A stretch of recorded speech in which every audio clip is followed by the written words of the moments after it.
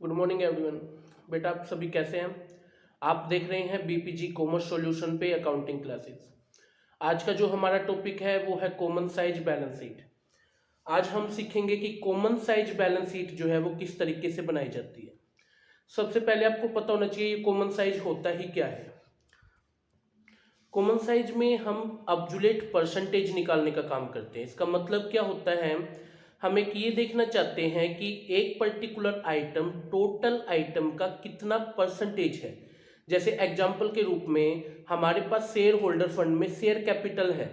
Share capital जो है वो टोटल लाइबिलिटी की कितनी परसेंटेज है, ये निकालने के लिए हम यूज करते हैं कॉमन साइज बैलेंस शीट का। अगर मान लीजिए हमें फर्नीचर है और हमें ये प्राप्त करना हो कि ये जो फर्नीचर है ये टोटल एसेट्स का कितना परसेंटेज है, तो ये पता लगाने के लिए कॉमन साइज को हम यूज करते हैं। सबसे पहले कॉमन साइज का फॉर्मेट आपके सामने है, आप देख सकते हैं। फॉर्मेट में हमारे पास में ये बैलेंस शीट बनी हुई है। आपको पता है लाइबिलिटी साइड में 3 मेजर हेड होते हैं, share holder fund, non current liability और करंट लाइबिलिटी। उसके बाद आपकी एसेट्स आ जाती है, उसमें नॉन करंट एसेट और करंट एसेट जो है 2 सब हेड रहते हैं, ठीक है। उसके बाद अगर आप फॉर्मेटिंग की तरफ में देखेंगे कॉमन साइज की 4 कॉलम हमारे पास है, कॉलम ए बी सी और डी कॉलम।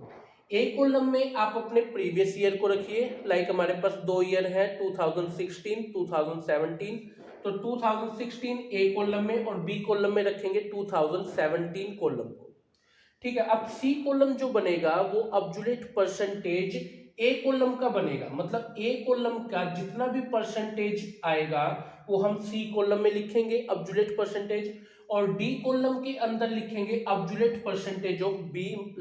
करंट ईयर का जो भी परसेंटेज होगा वो डी कॉलम के अंदर हम लिखेंगे।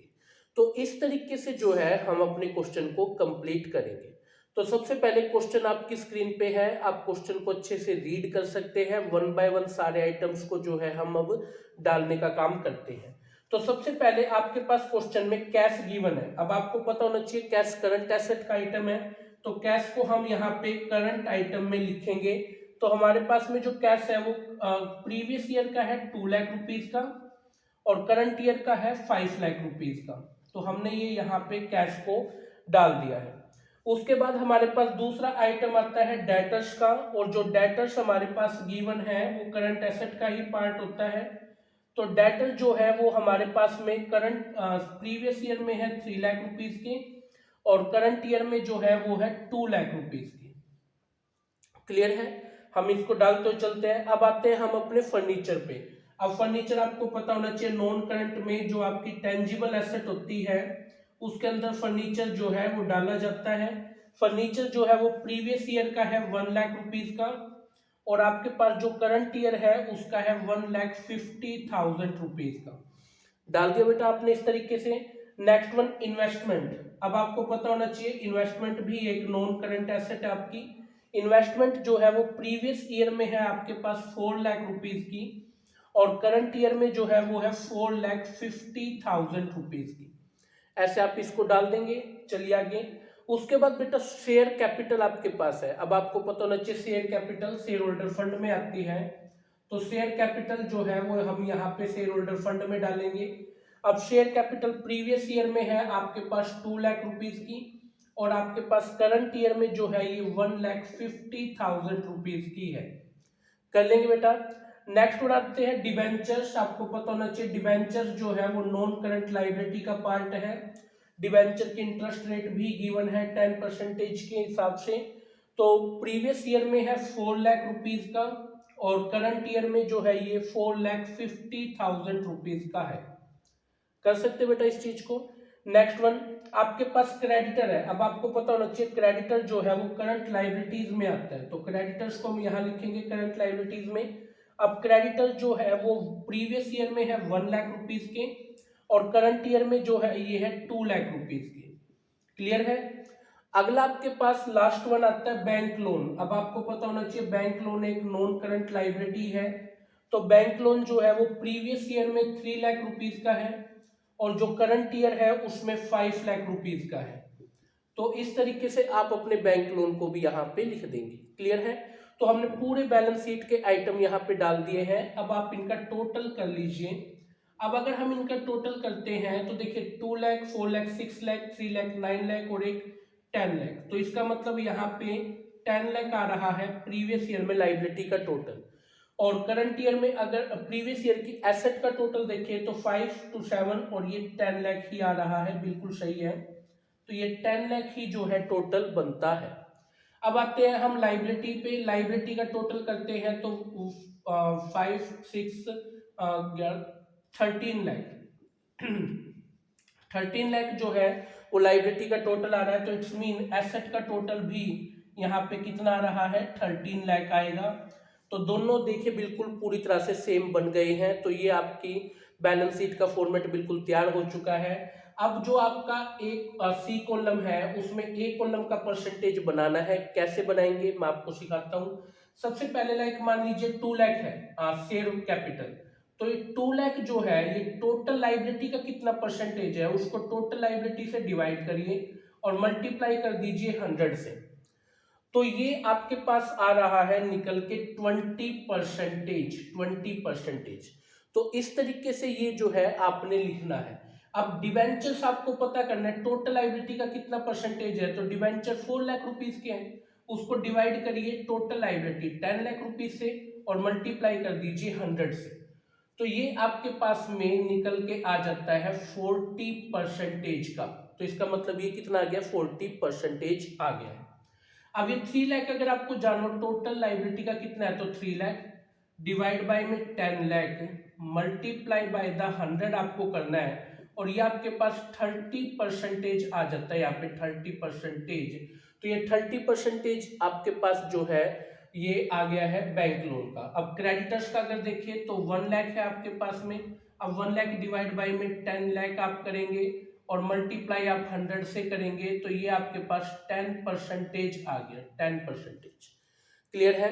तो इस तरीके से हमने पूरा जो आपका प्रीवियस ईयर लाइबिलिटी का है वो कर दिया है। अब एक चीज का ध्यान रखिएगा बड़े सही तरीके से, इन सब जो परसेंटेज लाइक 20, 40, 30, 10 इन सब का जो टोटल है वो 100% आना चाहिए। अगर 100% आता है तो क्वेश्चन सही है, अदरवाइज कहीं ना कहीं पे गलती आपने की है। क्लियर है। अब अगर हम देखें एसेट के टोटल को तो आपके पास फर्नीचर जो है वो 1 लाख रुपीज का है। अब 1 लाख को हम डिवाइड करेंगे 10 लाख से और मल्टीप्लाई करेंगे 100 से। तो ये आपके पास में जो है 10% यहाँ पे आ जाता है। उसके बाद में हम ये जो 4 लाख रुपीज का आपके पास इन्वेस्टमेंट है उसको डिवाइड करते हैं टोटल ऑफ एसेट से इनटू 100।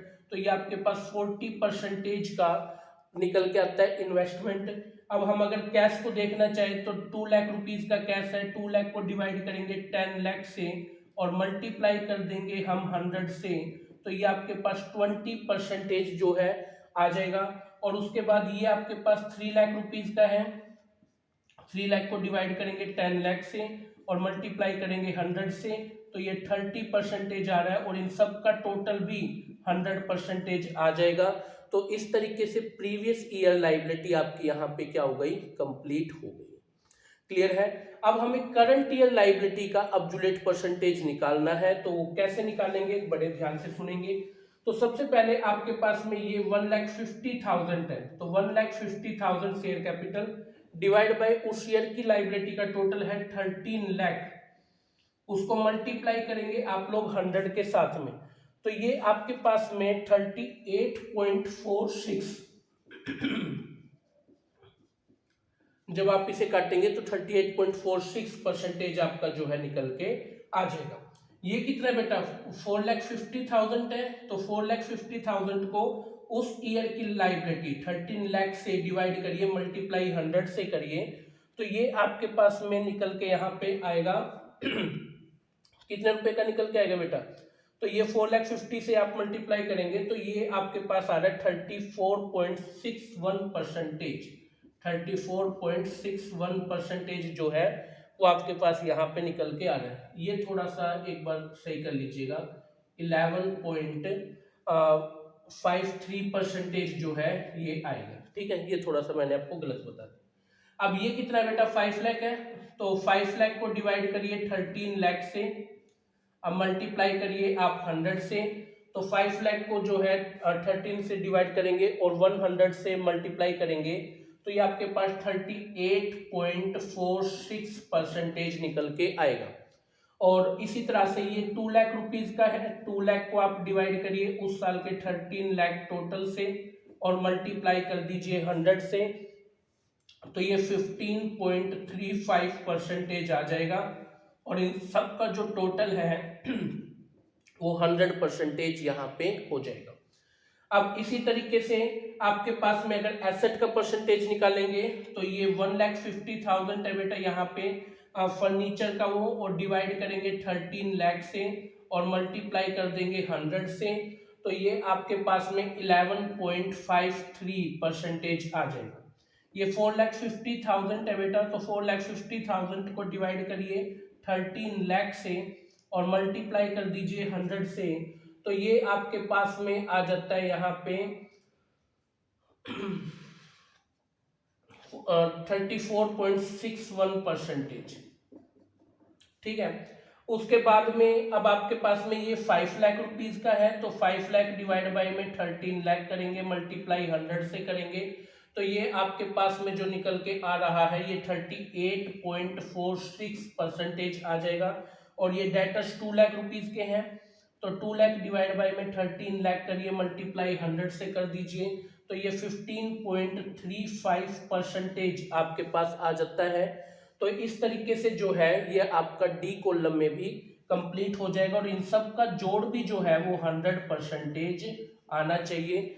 तो इस तरीके से बेटा आप लोगों की जो है complete common size balance sheet जो है वो प्रिपेयर हो जाएगी। अब बैलेंस शीट का कोई भी क्वेश्चन हो इस तरीके से करना है और वो आपका कंप्लीट हो जाएगा। ठीक है बेटा, तो आज की क्लास में हमने काफ़ी इंपॉर्टेंट एक टॉपिक क्लियर किया कॉमन साइज बैलेंस शीट का। नेक्स्ट क्लास में मिलेंगे, कॉमन साइज प्रॉफिट लॉस को जो है वो डिस्कस करेंगे। ठीक है बेटा, टेक केयर सभी के लिए और बाय।